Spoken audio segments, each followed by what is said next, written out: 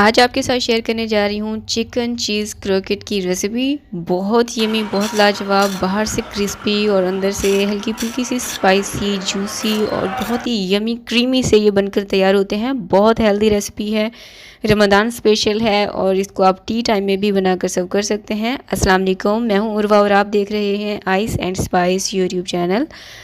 तो आज आपके साथ ये चिकन क्रोकेट की रेसिपी शेयर करने जा रही हूँ और आपको बताऊँगी कि आप इसको 1 महीने के लिए स्टोर किस तरह से कर सकते हैं। रेसिपी को आपने आखिर तक ज़रूर देखना है। तो चलिए देख लेते हैं इसे किस तरह से बनाते हैं। सब्सक्राइब करें ice and spice YouTube channel को, साथ में घंटी का बटन प्रेस करके ऑल पे क्लिक करें और पाएँ डेली अपडेट।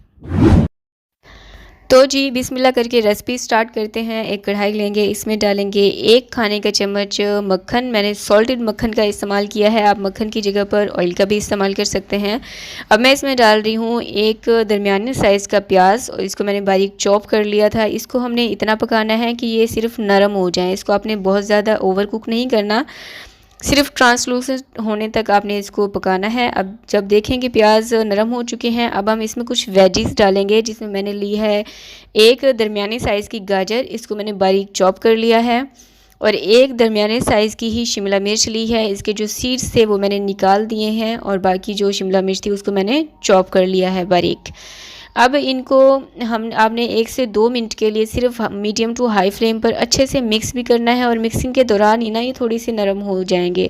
और जो मिक्सिंग का हमारा दौरानिया होगा ना, उसी दौरान थोड़ा थोड़ा करके ये सारे मतलब इतना कुक हो जाएंगे कि इसमें थोड़ा बहुत क्रंच रह जाए, और आपने इसमें ज़रूर क्रंच लाजमी रखना है वेजिस का। तो अब मैं इसमें डाल रही हूँ 1 cup shredded chicken, boiled shredded chicken मैं इसमें डाल रही हूँ। 4 बोटियाँ मैंने ली और उनको मैंने बॉईल कर लिया, ठीक है, 1 पाव की जितनी होगी चिकन। और अब मैं इसमें डाल रही हूँ 1 खाने का चम्मच लहसुन बारीक चॉप किया हुआ। मसालों में मैं इसमें डाल रही हूँ 1 चाय का चम्मच कुटी हुई लाल मिर्चें, 1 चाय का चम्मच नमक और 1 चाय का चम्मच ताज़ा कुटा हुआ काली मिर्चों का पाउडर। अगर आप ताज़ा काली मिर्चों को पीसेंगे ना तो उसका जायका बहुत इन्हेंस होके आता है। अच्छा, कुछ लोग कमेंट्स में नीचे कह रहे होते हैं कि भाई आप चिकन ज़्यादा इस्तेमाल कर रही हैं और हमें बताती कम है। तो मुझे झूठ बोलने की कोई ज़रूरत नहीं है, ठीक है, जितनी मैंने आपको बताई है उतनी ही चिकन ली है। आप जब खुद लेकर एक्सपीरियंस करेंगे तो आपको आइडिया हो जाएगा। अब अच्छे से मिक्स करने के बाद मैं इसमें डाल रही हूँ 5 खाने के चम्मच मैदा। मैदा मैं इसलिए डाल रही हूँ क्योंकि ये आगे चलकर हमारे क्रोकेट्स को ना वो बाइंडिंग देगा, ठीक है। तो अभी आपने इसको 3 से 4 मिनट के लिए अच्छे से मिक्स करना है, ताकि जो हमने मसाले इसमें डाले हैं वो भी पक जाएं और जो हमने मैदा डाला है उसका भी कच्चापन ख़त्म हो जाए। अब मैं डाल रही हूँ 1 कप फुल फैट दूध का, ठीक है, जो खुला दूध होता है ना, मैंने उसका इस्तेमाल किया है। और इसको अच्छे से मिक्स करेंगे, और मिक्सिंग के दौरान ही आप देखेंगे आहिस्ता आहिस्ता ना ये बिल्कुल गाढ़ी और थिक होना स्टार्ट हो जाएगा। तो यहाँ पर ये जो मिक्सचर है ये अच्छा खासा थिक हो चुका है। अब मैं इसमें डाल रही हूँ चीज़। मेरे पास चीज़ के स्लाइस रखे हुए थे, मैंने ये डाल दी है। आप चेडर चीज़ का भी इस्तेमाल कर सकते हैं। अच्छा, कुछ लोगों को मैंने देखा है वो स्टार्ट में ही मसालों के साथ चीज़ का इस्तेमाल कर रहे होते हैं। आपने ये वाली मिस्टेक बिल्कुल भी नहीं करनी।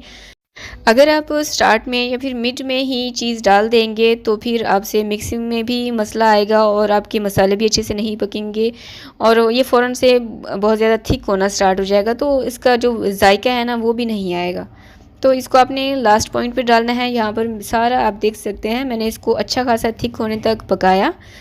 फिर मैंने इस मिक्सर को ठंडा होने दिया। जब देखें कि मिक्सर ठंडा हो चुका है, फिर आपने 1.5 यानी कि 1 और आधा खाने के चम्मच का हिसाब रखना है, और पहले आपने हाथों से सख्ती से इस मिक्सचर को प्रेस करते हुए गोल बाउल बनाना है। उसके बाद आपने इसको रोल की शेप देनी है।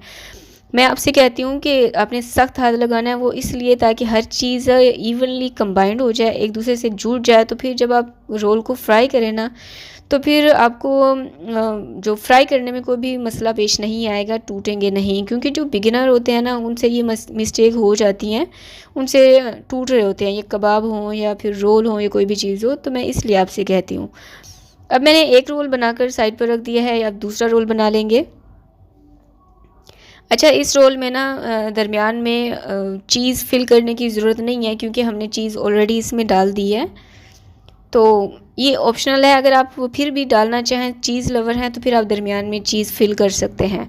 यहाँ पर मैंने सारे रोल बनाकर तैयार कर लिए हैं। अब इसकी कोटिंग के लिए मैंने एक अंडा लिया है और इसमें थोड़ा सा नमक डालेंगे, पिंच ऑफ, ये चुटकी भर, और इसको अच्छे से मिक्स कर लेंगे। अंडे को आपने बहुत अच्छे से बीट करना है। जितना अच्छे से आप अंडा बीट करेंगी उतना ही आपकी कोटिंग में अंडा कम इस्तेमाल होगा। और अगर आप अच्छे से बीट नहीं करेंगी तो फिर आपका अंडा कुछ ही रोल की कोटिंग के बाद ख़त्म हो जाएगा। तो महंगाई बहुत ज़्यादा है, जो अफोर्ड नहीं कर सकते ये उनके लिए बहुत ही लाजवाब टिप है। आप लाजमी इसे फॉलो कीजिएगा। अब मैंने इन क्रॉकेट्स को डबल कोटिंग दी है, वो इसलिए कि ये बाहर से क्रिस्पी बनकर तैयार हों। और अभी आप आगे चलकर देखेंगे भी कि ये कितने क्रिस्पी बनकर तैयार हुए थे। सही है।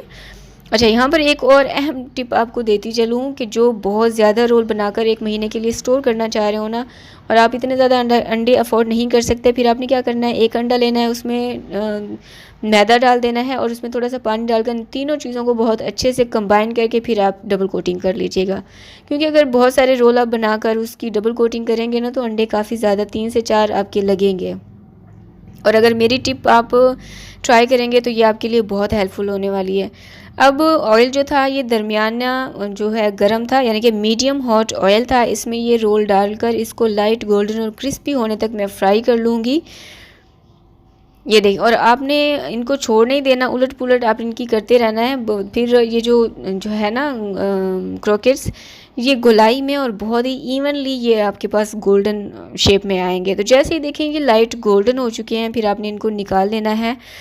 और एक और टिप है आप लोगों के लिए कि कभी भी चूल्हा बंद करके क्रोकेट्स को, रोल हों, जो भी ऐसी ऑयल चीज़ आप फ्राई करें ना, उसको नहीं निकालते हैं, तभी उस चीज़ में ऑयल रह जाता है। अब जैसे ही क्रोकेट्स मैंने निकाले, उनको आपने अलग अलग रखना है, कभी भी एक ही बर्तन में नहीं डाल देना, वरना क्या होता है कि एक दूसरे की भाप से, एक दूसरे की हीट से वो नरम हो जाते हैं। तो अभी आप देख सकते हैं ये कितने क्रिस्पी बनकर तैयार हुए हैं। तो ये है हमारे क्रोकेट्स की फाइनल लुक, बहुत हेल्दी बनकर तैयार होते हैं इसमें।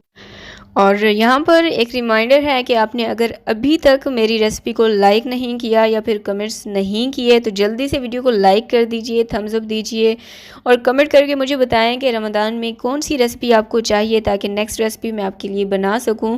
और अगर आपने फ्रेंड्स और फैमिली के साथ शेयर नहीं की तो उनके साथ भी अच्छी अच्छी रेसिपी ज़रूर शेयर कर दिया करें। अब मैं आपको बताती हूँ कि आपने इसे स्टोर किस तरह से करना है। पहले तो आप एज इट रोल को फ्रीज़र में रख दीजिए आधे घंटे के लिए या फिर 15 मिनट के लिए। उसके बाद कोई भी एयर टाइट कंटेनर लें और उसमें डालकर आप 1 महीने के लिए आराम से फ्रीज़ कर सकते हैं। आई होप कि रेसिपी अच्छी लगी होगी। Thanks for watching. अल्लाह हाफिज़।